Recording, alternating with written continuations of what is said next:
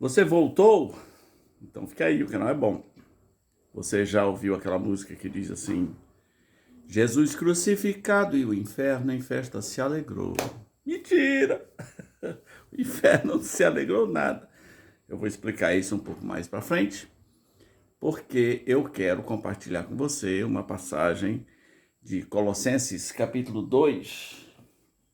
Colossenses 2, versículos de 13 a 15 diz assim: E a vós outros que estáveis mortos nos vossos que estáveis mortos pelas vossas transgressões e pela incircuncisão da vossa carne, vos deu vida juntamente com ele, perdoando-vos todos os vossos delitos, todos os nossos delitos, e tendo cancelado o escrito de dívida que era contra nós, que maravilha, não é? Que constava de ordenanças, o qual nos era prejudicial, removeu inteiramente, encravando na cruz, e despojando os principados e as potestades, publicamente os expôs ao desprezo, triunfando deles na cruz. Então, em volta da cruz e da cena da cruz, aconteceu muita coisa. Aconteceu muita coisa no mundo físico. Por exemplo, houve conversão ao pé da cruz. Houve ressurreição de mortos, houve tremor de terra, ou abalo de terra, ou terremoto, uma coisa assim, rochas que se fenderam, o véu do santuário se rasgou, muita coisa aqui no mundo físico. Mas no mundo espiritual também estão acontecendo coisas chocantes. Por exemplo, Jesus Cristo é abandonado por Deus, porque ele está enfrentando um momento que ele temia.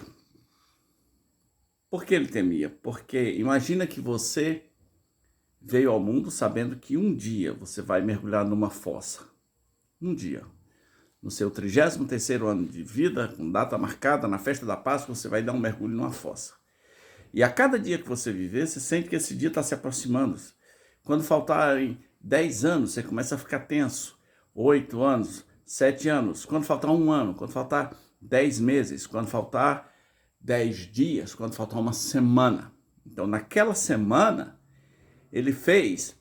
Eu estou falando da fossa aqui para ilustrar, mas nem se aproxima do que é o Deus todo santo tendo que se misturar com os nossos pecados. Eu usei a fossa como ponto de referência para você. Então, naquela semana, ele deprimiu, ele disse: a minha alma está profundamente angustiada até a morte. Ele pediu oração, ele pediu que seus discípulos, o Filho de Deus, pedindo oração, pediu que seus discípulos mais chegados orassem com ele. Ele suou gotas de sangue, mas ele não vai desistir. Ele orou pedindo: se possível, passa de mim esse cálice, mas que a tua vontade prevaleça. Estou aqui para me submeter à tua vontade. Então, ele vai para a cruz. No mundo físico, existem dores físicas que ele enfrentou, como uma ovelha muda. Mas no mundo espiritual, as dores do mundo espiritual, as angústias, as depressões do mundo espiritual, por um Deus santo que vai se misturar com os nossos pecados, são muito piores do que as dores físicas, faz com que as dores físicas pareçam nada. Por isso que ele grita na cruz: Eli, Eli, lama sabachthani, Deus meu, por que me desamparaste? Foi abandonado porque o próprio Deus, como diz Abacuque, é tão santo que nem pode contemplar o pecado. Mas há uma outra coisa que aconteceu. Porque no mundo espiritual, a Bíblia nos conta nessa passagem de Colossenses capítulo 2, que ele expôs os principados e potestades. Ele despojou os principados e potestades. Você sabe que isso é uma linguagem para falar dos poderes espirituais, dos demônios. Como é que Jesus Cristo despojou os principados e potestades? Despojar é um termo de guerra. O despojamento é o prêmio de guerra. O despojo de guerra é o prêmio para o vencedor. O vencedor leva tudo. Essa é uma linguagem, Deus gosta muito de figuras de linguagem, eu tenho ensinado que a principal é a catacrese, procure saber o que é isso. Não é catequese, catacrese. E Deus usa essa linguagem, por falta de um termo melhor para nós, usa essa linguagem do despojamento de guerra. De Jesus Cristo como um vencedor de guerra que toma tudo que o inimigo tem, ele despojou, não foi isso que foi dito? Naquela hora da cruz, ele estava ao mesmo tempo despojando os principados e as potestades e publicamente os expôs ao desprezo. Essa é uma outra linguagem de guerra, quando o general de guerra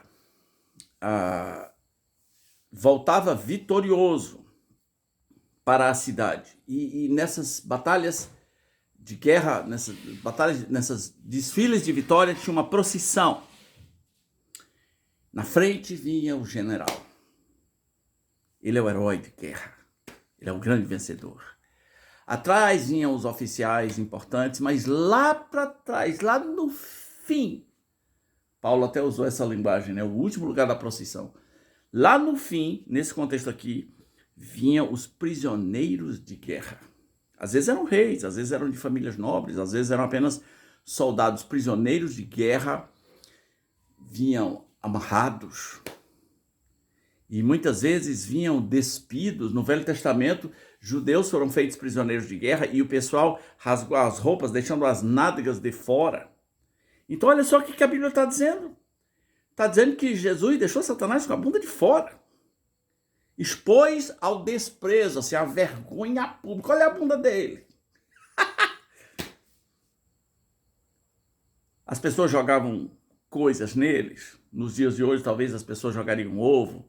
As pessoas talvez fossem lá e batessem no traseiro, dessem um chute no traseiro, ou batiam na cabeça, ou cuspiam nesses prisioneiros de guerra. Eles eram o último lugar. Foi isso que Jesus fez com o inferno. Então compare isso com a letrinha da música que eu falei, de que Jesus crucificado e o inferno, é uma música do Diante do Trono, né? E o inferno em festa se alegrou. E não se alegrou, não.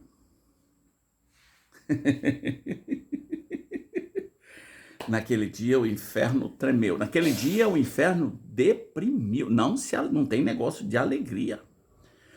Eles não se alegraram nem quando Jesus nasceu. Eles não se alegraram nem quando encontraram com Jesus nessa terra. Senhor, já vieste nos atormentar antes do tempo, porque eles sabem que Jesus um dia vai atormentá-los.